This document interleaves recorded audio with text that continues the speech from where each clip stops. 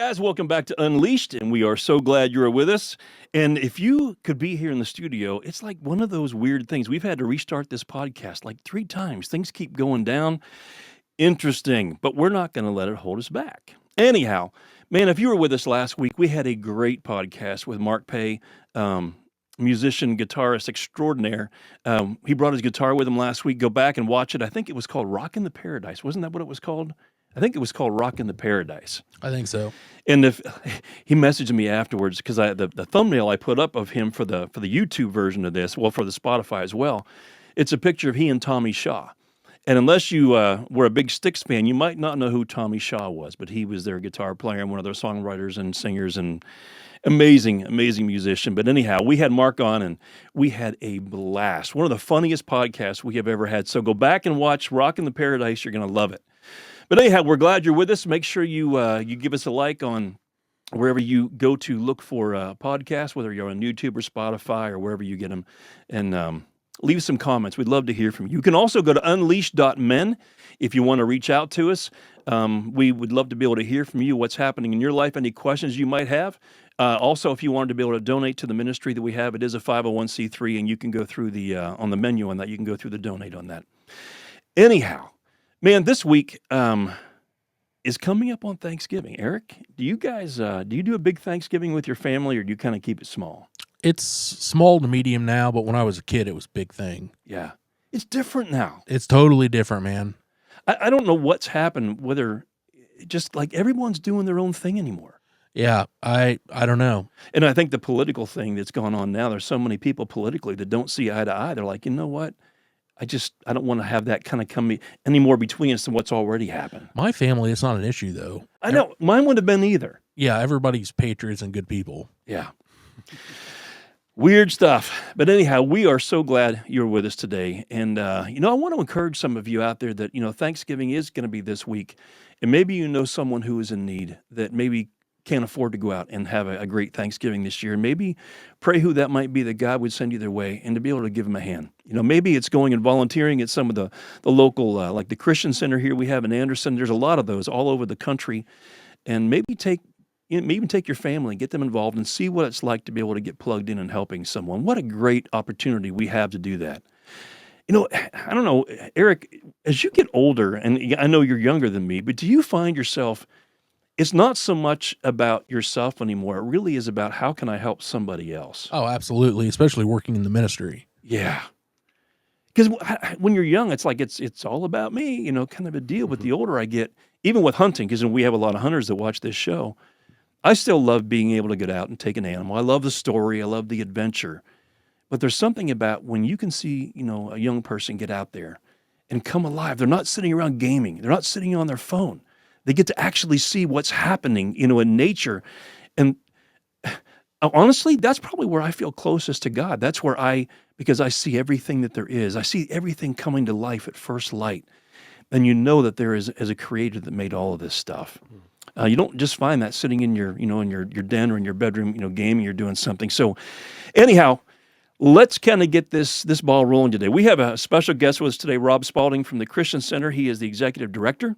And Rob, we're glad to have you here. Thanks so much for having me. Yeah. I appreciate it. As I was pulling in here, Rob and I had a conversation about a month ago.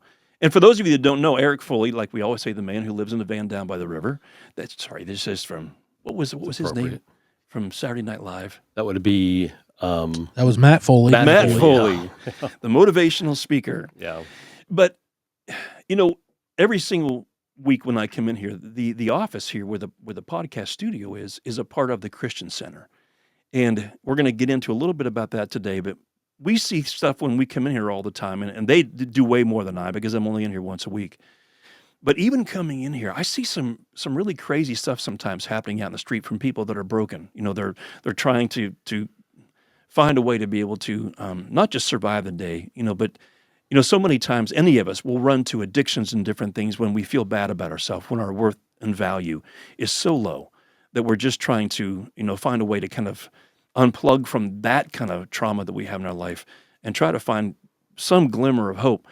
I used to lead missions trips up in Alaska years ago, and it was an awesome way to be able to build structures and do things to be able to help Alaska's youth, because you've got a lot of the Alaskan Native population. When you think about the dark winter months that they have, things like alcoholism, drug addiction, sex abuse is off the charts up there because they have so many hours of dark in the daytime. Um, it's just bad news. And when we would get done with these mission trips, I used to lead like some of these guys on adventures up into the mountains in Alaska, and it's awesome. I mean, it's in the summertime. We're talking July. But when I would go backpacking with these guys, and we get like 5 miles up in the mountain range, like out of Crow Pass, and we'd be camped real close to a glacier. And in the middle of the night, we had the best equipment you could have. And I'd still have 2 or 3 pair of long johns on. I felt like my toes were going to freeze off. I was miserable, couldn't sleep at all. And so as I come in here to this studio every single week, and, I've been doing the podcast now, I think this is episode 72. So we've been going around the clock the year, through the wintertime. And I still see so many of the homeless out there on the streets, no matter what the temperature, no matter what the weather is like. And so, Rob, who we've got in here today, we were sitting down here. We were talking about this a few weeks ago. And in the same way that my passion comes out when I start talking about hunting or I start talking about doing men's ministry, when you get on someone's, especially their calling, when it's something they can't not talk about. And Rob, when I asked him, he just lit up and began to tell me about the people that they serve and the stories that were happening. So I just said, Rob, I said, I want you to come on here. I want you to tell, all the listeners on here, the importance of getting involved in missions, especially locally, or somewhere else. What was it, Rob? We were just talking. You led missions trips to... Yeah, I did New York City. Wow. From 2000 to 2016. It was like 17 years. And I would lead a couple of trips a year out there, usually in the spring and then again in the fall. And so, I spent a lot of time out there on the streets. And I think the whole theory was you get people out there, they're attracted to the city, you show them around the city a little bit, that you just dig in and do some real ministry in Harlem and the South Bronx in particular, as we were talking earlier, one of the most dangerous neighborhoods in the country. And there's just something about that just is really just brings people alive and into that passion for that. And then you bring them back into their communities, and then you kind of turn them loose to be engaged in their local communities. And you were telling me about you were running and you ran into somebody? Yeah. Oh, yeah. Literally. Yeah. We. I would like to. One of the things that I love to do when I'm in a city is especially New York, is just to run different neighborhoods and things. And I had gone out and I was running over towards the Hudson, and then I decided I was trying to get back before it rained, and I was running through Midtown, and I was crossing 7th Avenue, and a town car pulled up. A guy steps out of the town car. I can't stop. I'm 180 pounds, and I'm running hard, and he steps right in front of me, and I just kind of ran him down. And as he was falling, I reached and caught him by the lapels and stood him up, and it was Henry Winkler. The Fonz himself. Oh, my gosh. And, so he's really a small guy, which is kind of funny. And he had big white eyes because he thought it was over. And did he have his comb? He did. No, not as much hair there anymore, but yeah. Isn't it funny? Nice Some guy. of these guys that were bigger than life to us, really, they're not that big sometimes in real life. Yeah, that's true. Now, Lou Ferrigno, I ran into him at the SHOT Show one time when I was working out there. And I've got a picture of, I'm standing beside him. I don't know if I can find it. If I can find it, I'll throw it in here. But his head is the size of my chest. Yeah. He's a big dude. Yeah. But is he tall? Yeah, he was Yeah, tall. I'm he was 6 tall. feet, and he was probably 6'4", I would Oh, say. nice. Yeah, Okay. he's a big Yeah. guy. No idea he was that tall. You were talking about running into somebody in New York years ago when I was on one of the music tours. Our drummer grew up in New York City, and he was telling us a story. He was running just like you were, and he came around the corner, and there was an Italian restaurant, and he knocked some guy down. He ran right into him, and instantly, he said, I was surrounded by about 4 of these massive, bruising guys, and the guy I had knocked down was John Gotti. He said, I was scared for my life, and he said, the guys picked me up and held me, and John came walking over, and he goes, hey, kid. He says, what are you doing? He says, I'm just doing my run, Mr. Gotti. I'm so sorry. He goes, I like seeing a young guy stay in shape. Keep it up. Mm. Whew. Yeah, that would have been a little. Then he little checks scary. himself for bullet holes. Right. Yeah. Oh my gosh. Oh, Yeah. anyhow. But we want to get into and talking about missions today. And Rob, when he was talking, Eric works here too. He's the what is your actual title here? Director of Operations? Would that be right? Yes. Oh, yeah. What all are your responsibilities here? That people know you from being on the podcast, but I mean, the short version is I just help keep all the trains running on time. Yeah, that's So- literally the definition of his. Yeah, Just keep the trains running on time. all that's you know, just you in facilities operations. maintenance, compliance, part of the staff. You know, that kind of stuff. that's a lot of work. Yep. It is a lot of work. Yeah, You know, we were does a great talking. I job. don't know why it made me think of this. We were talking about Thanksgiving, and we were the movies that we would watch at Thanksgiving time. When I was a kid, we would always pull out these holiday movies, classics like Willy Wonka was one of them. And we just mentioned. I'm sorry, this is kind of off the topic, but with Thanksgiving coming, we always would get ready for Christmas. And when I was a kid, it was Rudolph. I sound like Rudolph today because I've had a cold all Yeah, week. right. But it was the Polar Express. Ah, So train made me think about the Polar Express. Remember that? yeah. Is that with Tom Hanks? With Tom Yeah. Hanks. Never seen it, but Actually, it was a really great movie. is it? Okay. Yeah, it really, really good. It's worth watching. Yeah, it's all right.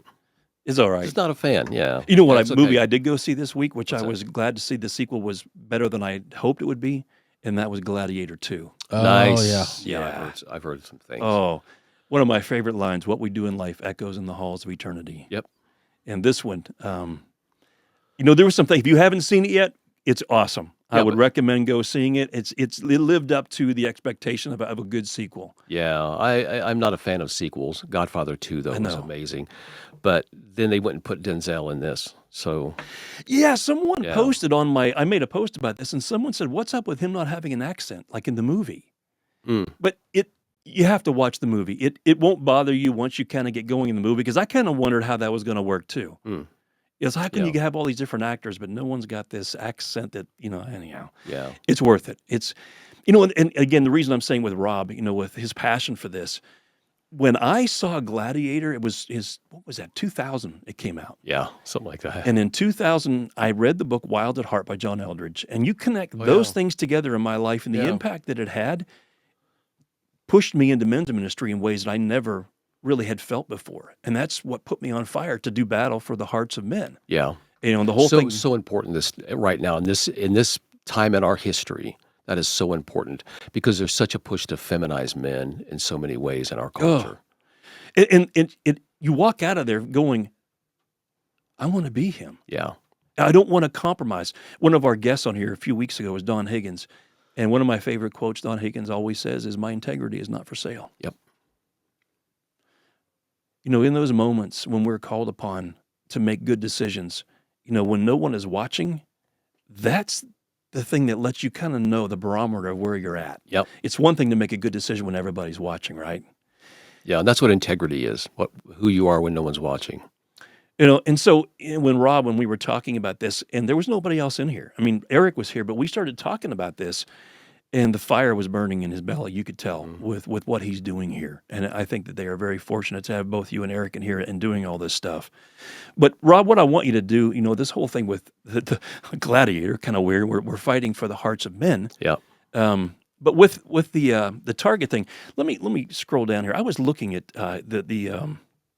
the Christian Center and what the mission statement was.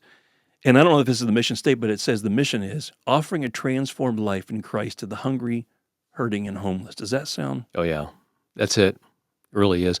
We use another tagline also. It's rebuilding lives, restoring hope in Jesus' name since 1955, which includes some other pieces there. But yeah, it's that whole restoring hope. It's helping, it's second chances. One of the things that a lot of people don't understand, we work primarily with men. We are the only emergency men's shelter in our county, but also we are opening a shelter for women as well.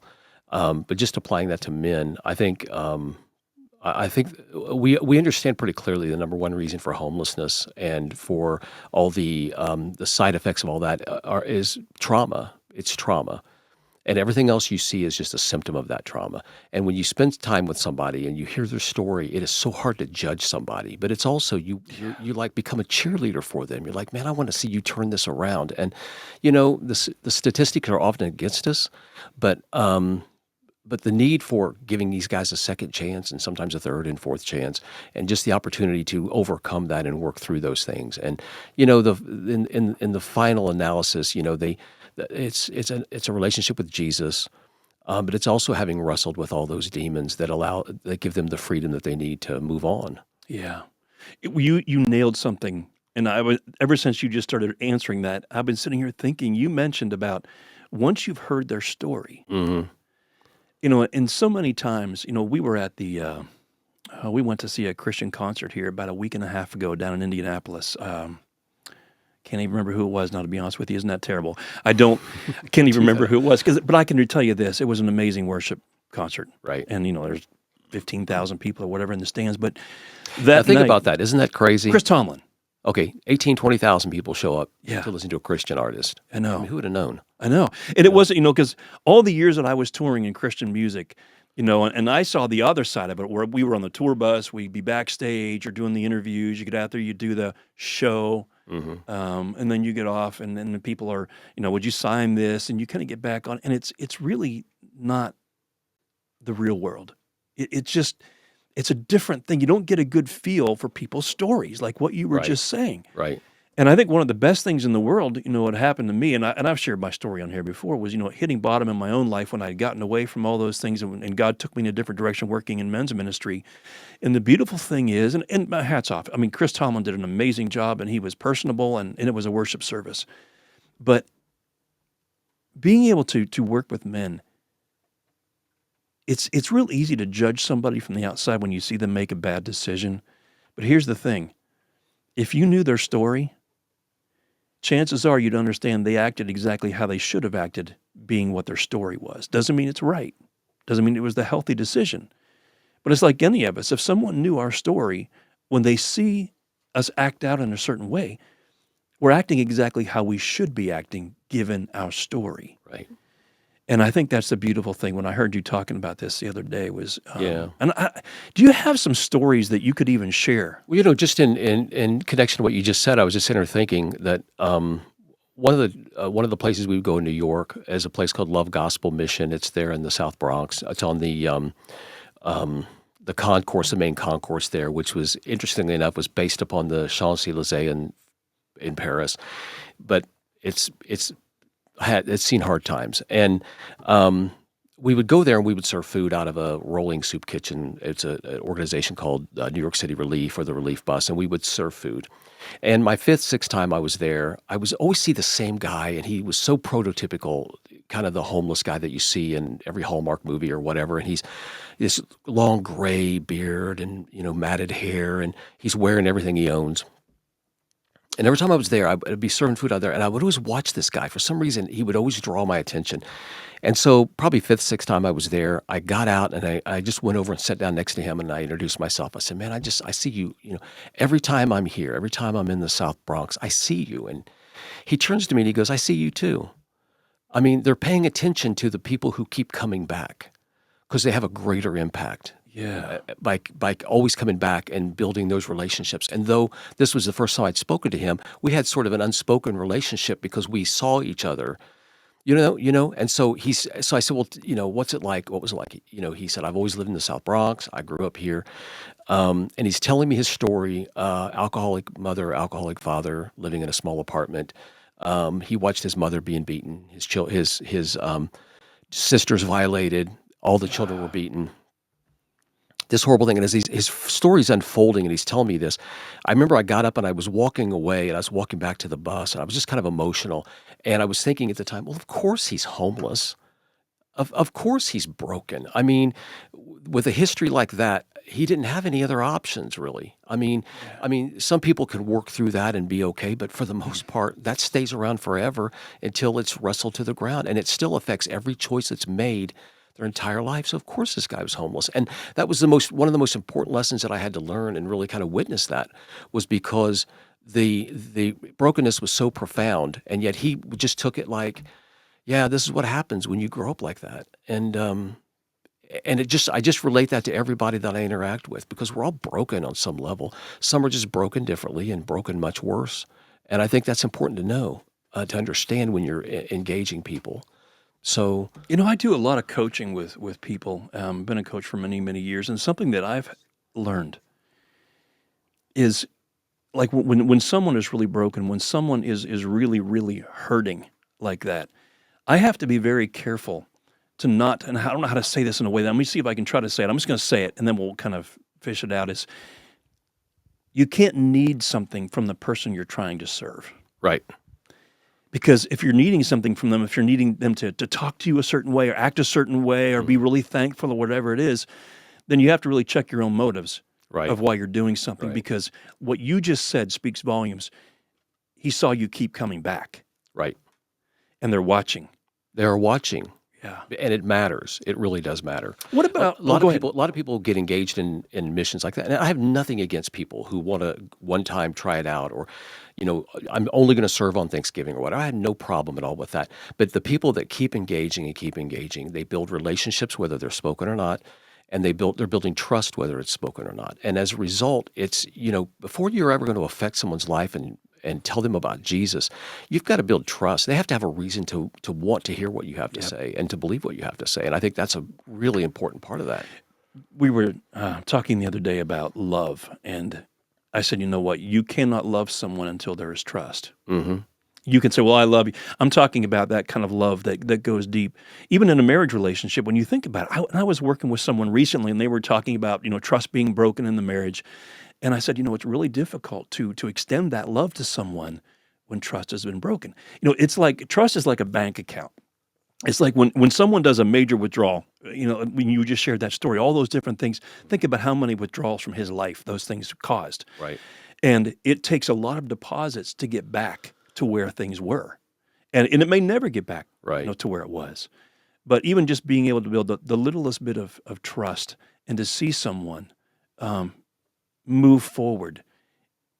That love that we have, like I said, as long as I'm needing something, I can't love someone well. I used to talk about this thing, it was called love more, need less, because that's really the way we're supposed Right. to do it. Right. Jesus was able to love more, need nothing, but we are human. I get that. Right. Let me ask you a question. I was thinking about this when we were going to be doing the podcast. I knew it was coming up, and I was down on the other side of Anderson off Scatterfield going toward the highway down there. And any of you that live near here, you know where I'm going to maybe talking about.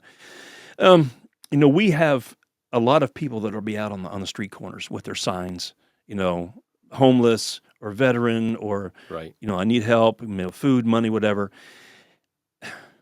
You never know. I mean, it's like, how do I know whether to be offering something? Right. Do I just give them a bottle of water? Right. Stacy the other day, she was at Kroger, and she wouldn't have told you this, but I will, because it's just an example. You don't know what to do. She said, I saw this man, and she goes, I could tell. I'm pretty sure he was homeless. I mean, I could really tell. And he said he just needed some food.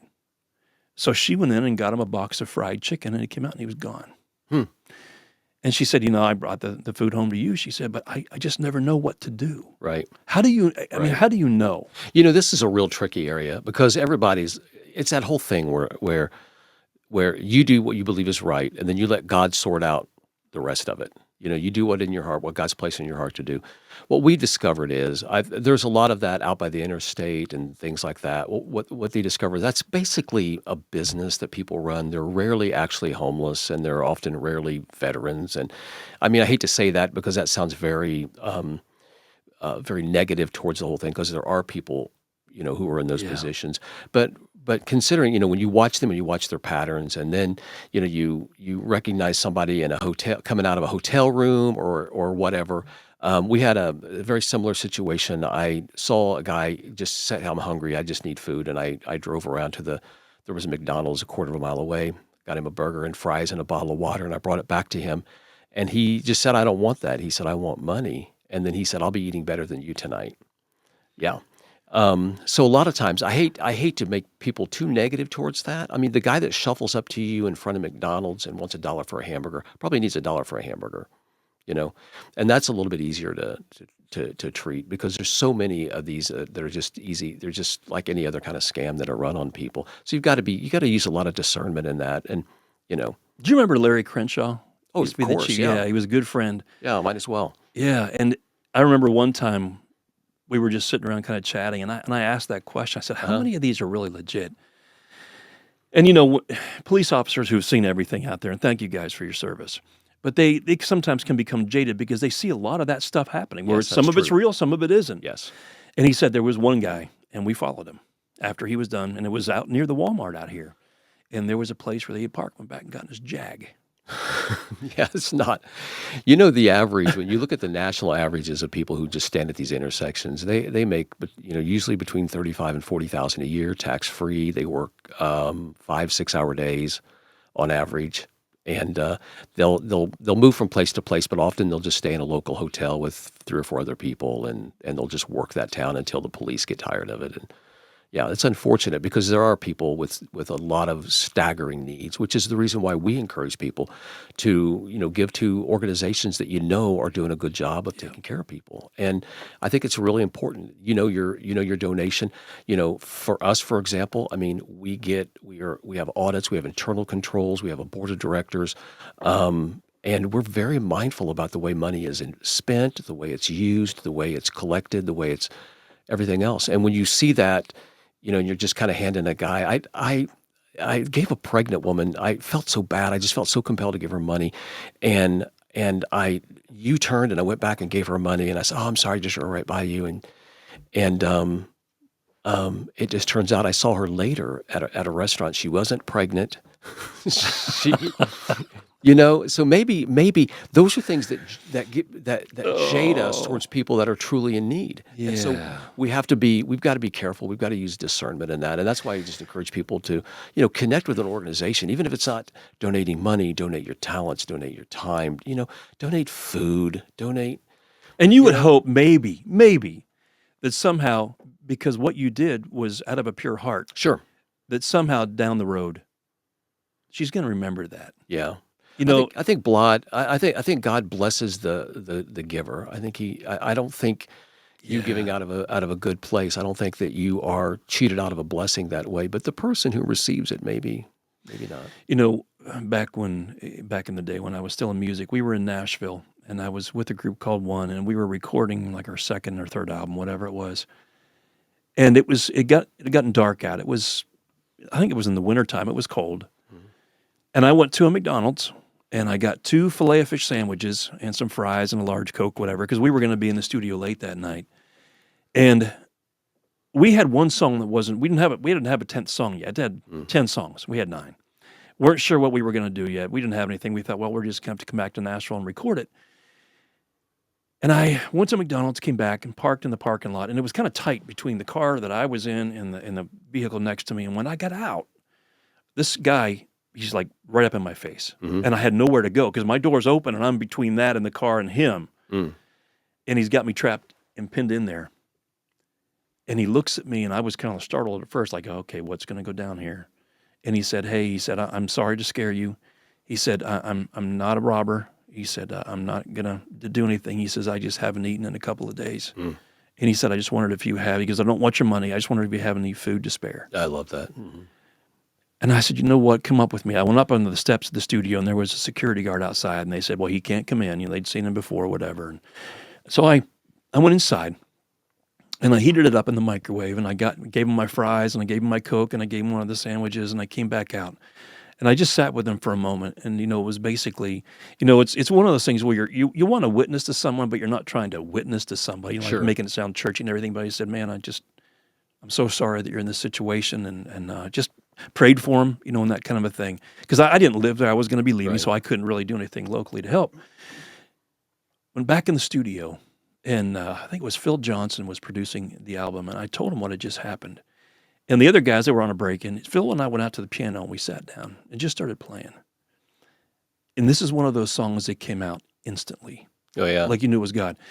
And the verse, it was only one verse, and it said this: Lord, you chose me to carry you through a world that's hungry and thirsting for you.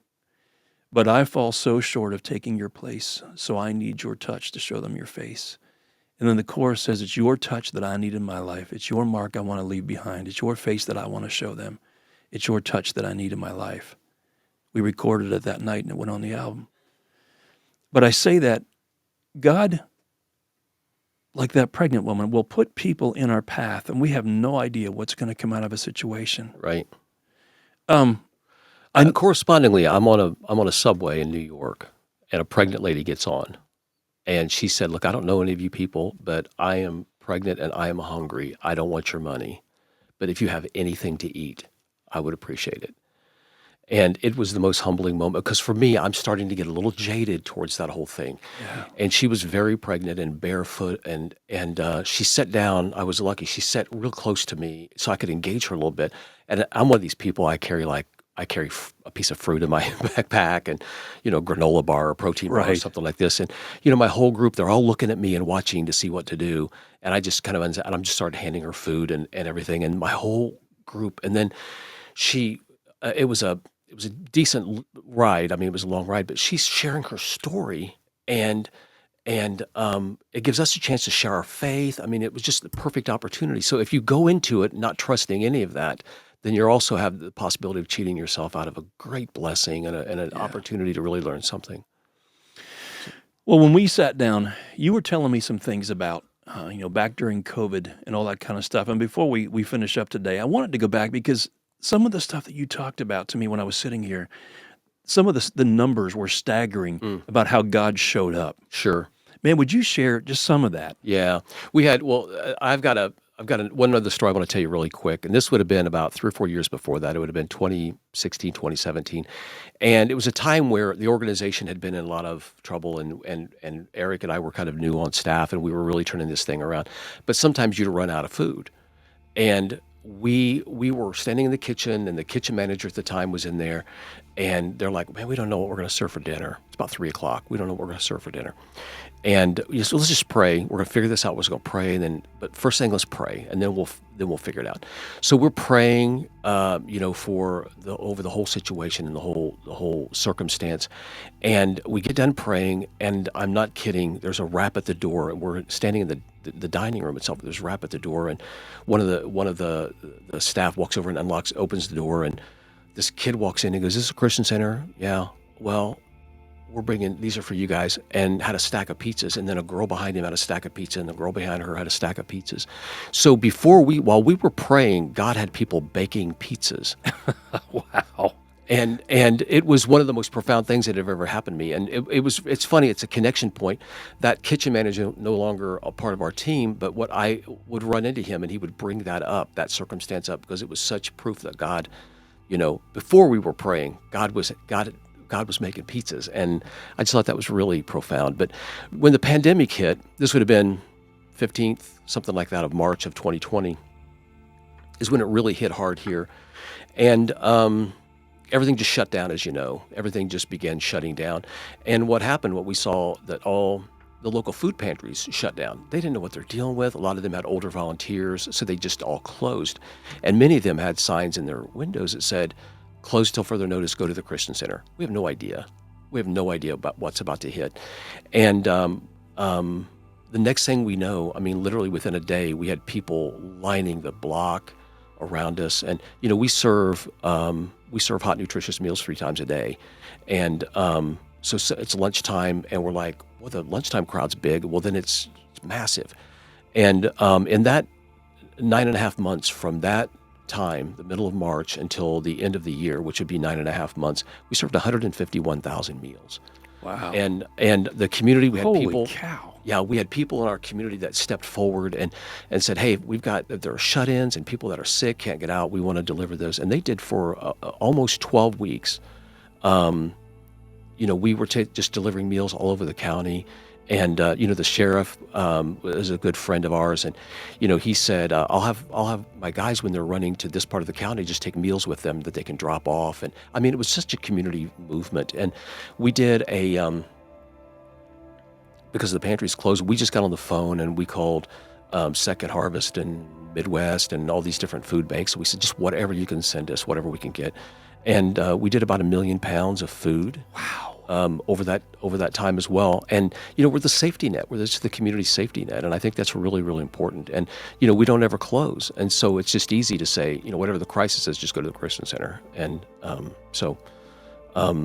that's kind of how we responded to that. I mean, we continue to give out. We give out about 44,000 articles of clothing a year, and hygiene products and some other things. So it's just really important. And it was tested in the middle of crisis. And then not long after that, the community, the emergency preparedness folks kind of called us in, and they said, "Hey, we want you guys would know if you guys would manage like inventories and things like that if there was a big community emergency, because they saw us in action and how effective we were. So, That's yeah. powerful. Yeah, it's big stuff. When you consider that's about double what we would serve in that time normally. I hope you guys are listening to this can hear the importance of just showing up. You know, maybe God has been moving you to give financially. Maybe He's been moving you to give food. You don't know where.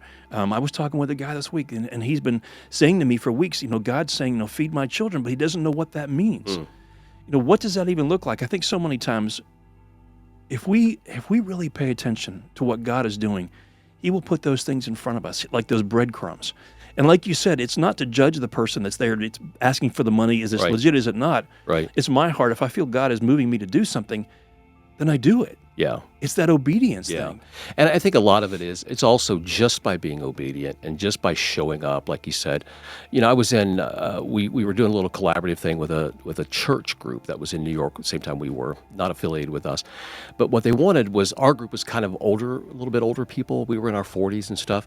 And these were mostly college kids, most of them 18, 19, 20 years old.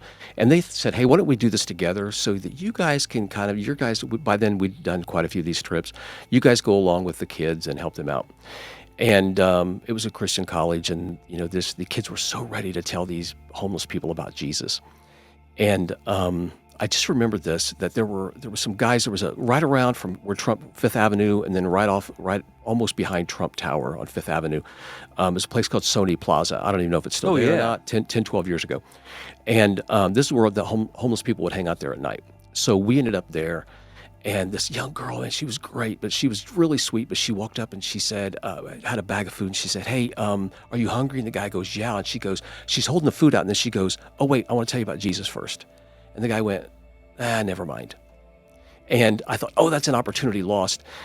Anyway, this group of guys worked their way inside of Sony Plaza, and they were sitting at a table. And I went over to them and I said, "Is everybody get something to eat?" And I had 2 bags of food with me, and one guy hadn't. And so he gave him the bag of food. And one of the guys there, you could tell he was kind of the leader. He takes his foot, it's a round table. He takes his foot and he pushes out the chair in front of me.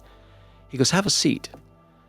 And so I sat down with them at this table, and you know, we started talking about, so why are you in New York, and are you from here? No, I'm from here. I'm from Indiana. And I began telling this story, and you know, oh, I bet you love the 500. Well, I've been a time or two, but Right. not necessarily a motor car. But as we get talking, he says, "Now tell me why you're here. Why are you here?"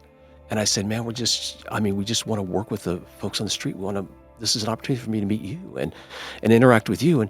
And he said, "Are you going to eat?"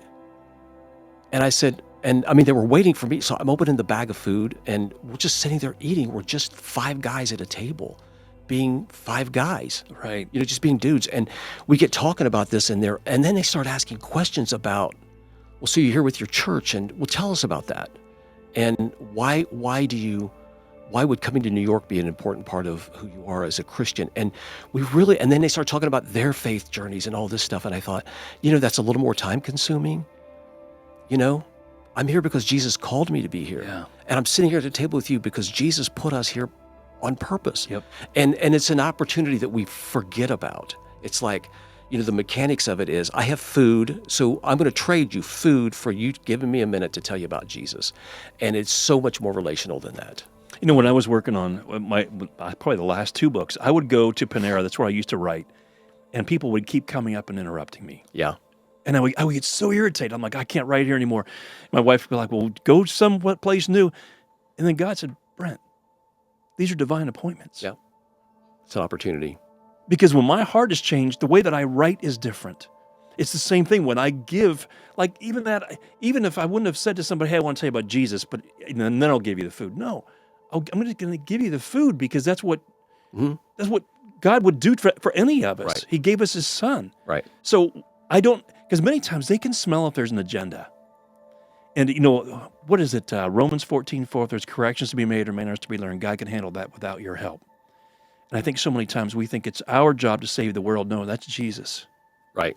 God did it through his son. Yeah. And that simple act of love, loving someone unconditionally, now opens up those beautiful conversations. Right. And I was thinking about this when you were talking about, when I gave to that pregnant woman, whatever, it was like, I got the blessing. Well, I think so many times we forget about this. And this is really important. And I want to kind of wrap it up with this.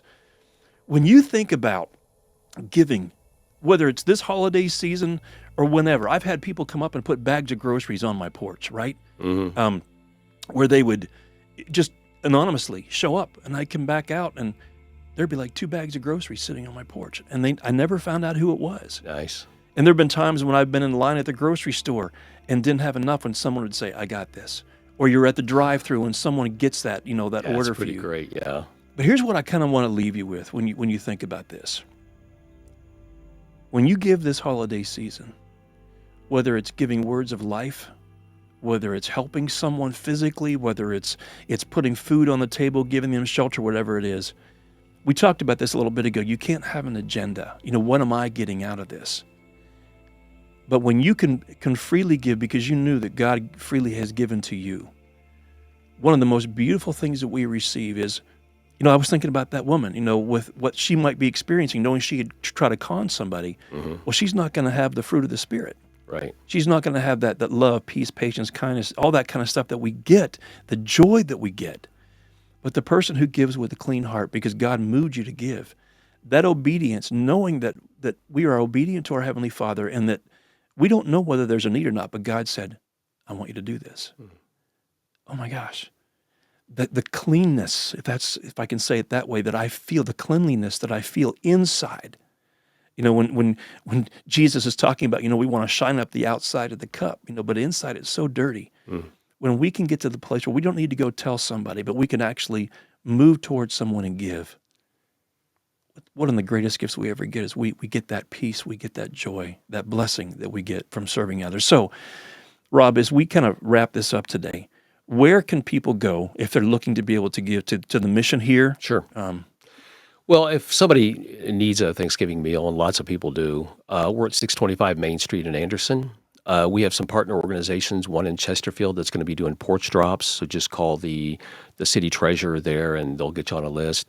Harmony House up in Elwood, we're providing food and meals to them so that they can do it as well. That's Elwood, Indiana. Yeah. Because I remember the podcast is going out to all over right. the place, yeah. Right, but we're at 625 Main in Anderson, and we're planning on serving a lot of meals from 1:30 to 3:30. Can people volunteer? Yeah, they need to call the office first, 765-649-4624. And what is it again, Eric? You got it? It's 4264. there you go. Okay. Yeah, thank you. Give that number in its entirety then so they can write it down. 765-649-4264. Gotcha. Yeah.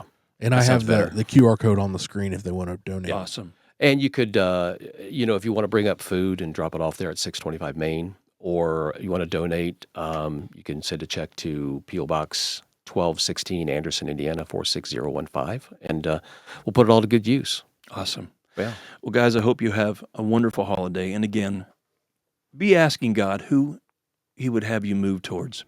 Sometimes that simple word of life.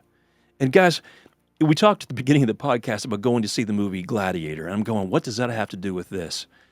It's that one line from the very first Gladiator that we saw. It says, what we do in life echoes in eternity. Mm-hmm.